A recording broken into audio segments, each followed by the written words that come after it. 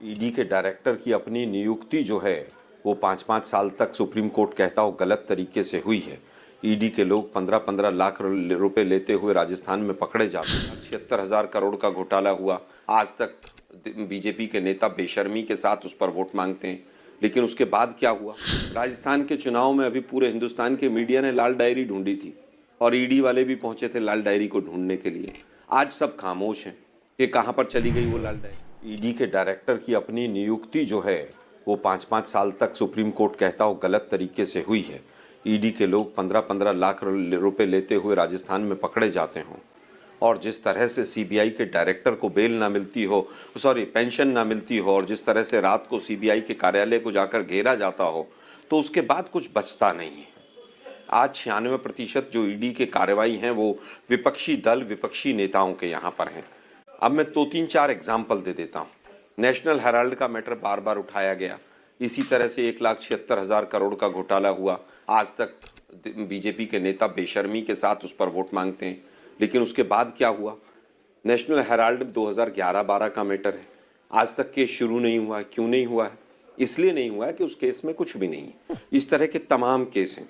राजस्थान के चुनाव में अभी पूरे हिंदुस्तान के मीडिया ने लाल डायरी ढूंढी थी और ईडी वाले भी पहुंचे थे लाल डायरी को ढूंढने के लिए। आज सब खामोश हैं कि कहां पर चली गई वो लाल डायरी। तो ये केवल चुनाव के लिए किस तरह से क्या किया जाएगा वो केवल एक रास्ता बनाया जाता। पिछला जब किसानों का आंदोलन था तो इनकम टैक्स के नोटिस गए, क्या हुआ उसका? और जो लोग बार बार ये कह रहे हैं कि साहब बेल देना तो न्यायालय का काम है। अरे भाई, बेल को अपोज कौन करता है? जांच एजेंसी। बेल की स्वीकृति के लिए कौन हाँ भरता है कि हाँ भाई ठीक है बेल दे दी जाए इसको? जांच एजेंसी। और जांच एजेंसी किसकी है?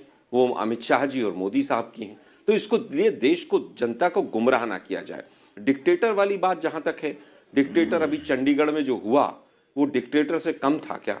चंडीगढ़ में जो बीजेपी के कार्यकर्ता ने रिटर्निंग ऑफिसर बन के जो किया और पूरे देश में थू थू हुई, इससे ज्यादा और क्या सबूत चाहिए कि किस तरह से 24 घंटे में एक व्यक्ति को इलेक्शन कमिश्नर बनाया जाता है। सैकड़ों कंप्लेंट बीजेपी के खिलाफ होती हैं, लेकिन एक पर भी कार्रवाई नहीं होती है। जितने भ्रष्टाचारी होते हैं, आज तो सुना मधु कौड़ा भी आ गए। मतलब मधु कौड़ा जैसे व्यक्ति के ऊपर, जिनके ऊपर पूरा इन्होंने चुनाव लड़ा, उसको भी अपनी पार्टी में ले लिया। आज अगर ईडी सीबीआई बीजेपी के पास ना हो तो ये हेमंत बिश्व शर्मा, मधु कौड़ा, भावना गवली, छगन भुजबल की तो फाइल ही गायब हो गई। और वो चक्की पिसिंग अजित पवार 71,000 करोड़ वाले, उसको महाराष्ट्र की चाबी दे दी। सृजन घोटाला, आदर्श घोटाला। मैं अंतिम में एक सवाल पूछना चाहता हूं पूरे पैनल से। एक एफआईआर बताइए जो मोदी जी ने की हो 2014 के बाद भ्रष्टाचार की, और उसमें एक व्यक्ति कन्विक्ट हो गया। अच्छा, ठीक है, ठीक, इसका जवाब ये देंगे। इस बात आपने जो डिक्टेटरशिप वाली बात की, मैं जरा जाना चाहता हूं राजीव जी के पास। बताइए सर, देश में डिक्टेटरशिप आ जाएगी क्या? मोदी जी रात गाली देते हैं, वैसे तो कोई आलोक शर्मा जवाब देंगे। आलोक शर्मा जी। देखिए, मुझे लगता है कि तेज बोलने से कुछ नहीं होता है। आप धीरे बोल के समझा दीजिए। जो ट्विटर है, जिसको एक्स कहा जाता है, उसने अभी 4 दिन पहले ही सरकार के मुंह पे तमाचा मारा है। तमाचे की भाषा शायद ज्यादा बीजेपी के प्रवक्ता समझते हैं। क्या कहा है उन्होंने कि हमें ये कहा गया है कि आप इनको कंटेंट को डिलीट कीजिए और उस पर पेनल्टी लगाइए। हम लेटर तो नहीं दिखा सकते, आप छोड़ दीजिए कौन किसके मुंह पर तमाचा मार रहा है। 2019 में रॉबर्ट वाड्रा के पास ईडी गई थी, याद होगा। मैं नहीं बोलूंगा, फरवरी में एजेएल, यंग इंडिया, हेराल्ड सब गायब हो गया। सब पे बोलेंगे, बोलिए। अरे इतना नाराज काहे हो गए? बॉसेस पर आरोप लग गए तो नाराज हो गए? अच्छा, सुनिए ना बात। उंगली दिखा के डरा रहे हैं। अच्छा, एक सेकंड, अभी तो डिक्टेटरशिप थी। शिवम जी प्लीज। आलोक जी बोलिए। डिक्टेटरशिप का एक एग्जाम्पल जीता जागता ये भी है कि जिस तरह की अभद्र भाषा का उपयोग देश के प्रधानमंत्री करते हैं, आज भी कांग्रेस से इतना खौफ खाते हैं पंडित नेहरू से। वापस आता हूं। तेजस्वी का 8,000 करोड़ का मॉल था। इस हिंदुस्तान के पूरे मीडिया ने ब्रेकिंग न्यूज चलाई थी। वो मिल गया होगा शायद ईडी को कि वो गुड़गांव में 8,000 करोड़ का मॉल कहाँ है। 2019 में रॉबर्ट वाड्रा जी की पेशी हुई थी, याद होगा। उत्तर प्रदेश से प्रियंका गांधी जी गई थी जयपुर। 2019 से 24 आ गया, 5 साल हो गए। क्या उस पर हुआ और क्या नहीं हुआ? उनकी जमीनों के जो बीकानेर के मैटर थे उसमें सरकार फंसी पड़ी है, और सरकार किसकी थी? वसुंधरा राजे की। नेशनल हेराल्ड में 12 साल लग गए जांच शुरू करने में। आप प्रॉपर्टी अटैच कर सकते हैं किसी की भी, किसी का केस चल रहा है, कोई प्रॉपर्टी जब्त नहीं हुई है। गलत शब्दों का इस्तेमाल नहीं करें आप। मैंने अटैच वो नेशनल हेराल्ड की बिल्डिंग में आज भी नेशनल हेराल्ड के ऑफिस चल रहे हैं।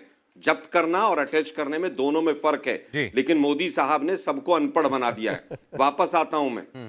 आज आप बार बार बात कर रहे हैं कि एनडीए इंडिया गठबंधन का वहां अलायंस नहीं हुआ, वहां अलायंस नहीं हुआ, वो छोड़ के भाग गया।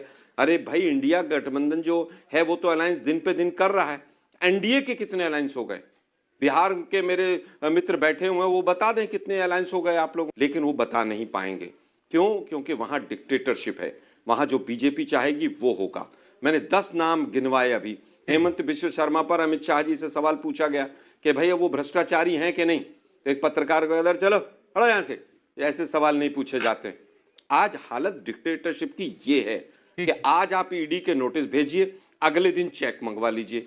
लाल डायरी का जिक्र मोदी साहब ने किया था राजस्थान के पूरे चुनाव में, और ईडी सीबीआई सब अलर्ट पे थे। मैं पूछना चाहता हूं, लाल डायरी को कौन ढूंढेगा और कब ढूंढेगा?